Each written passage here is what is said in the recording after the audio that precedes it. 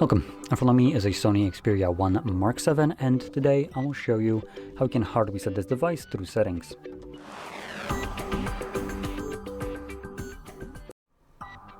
So to get started, you'll want to open up your settings and in here scroll all the way down to System, Reset Options, and then select Erase All Data, Factory Reset.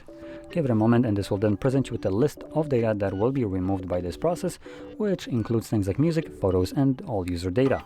If you have anything that you would like to maintain, make a backup copy of it to something like, for instance, your computer. Now, assuming you have already done so, you just don't want to, you can then select Erase All Data. If you have a screen lock, you will need to confirm it.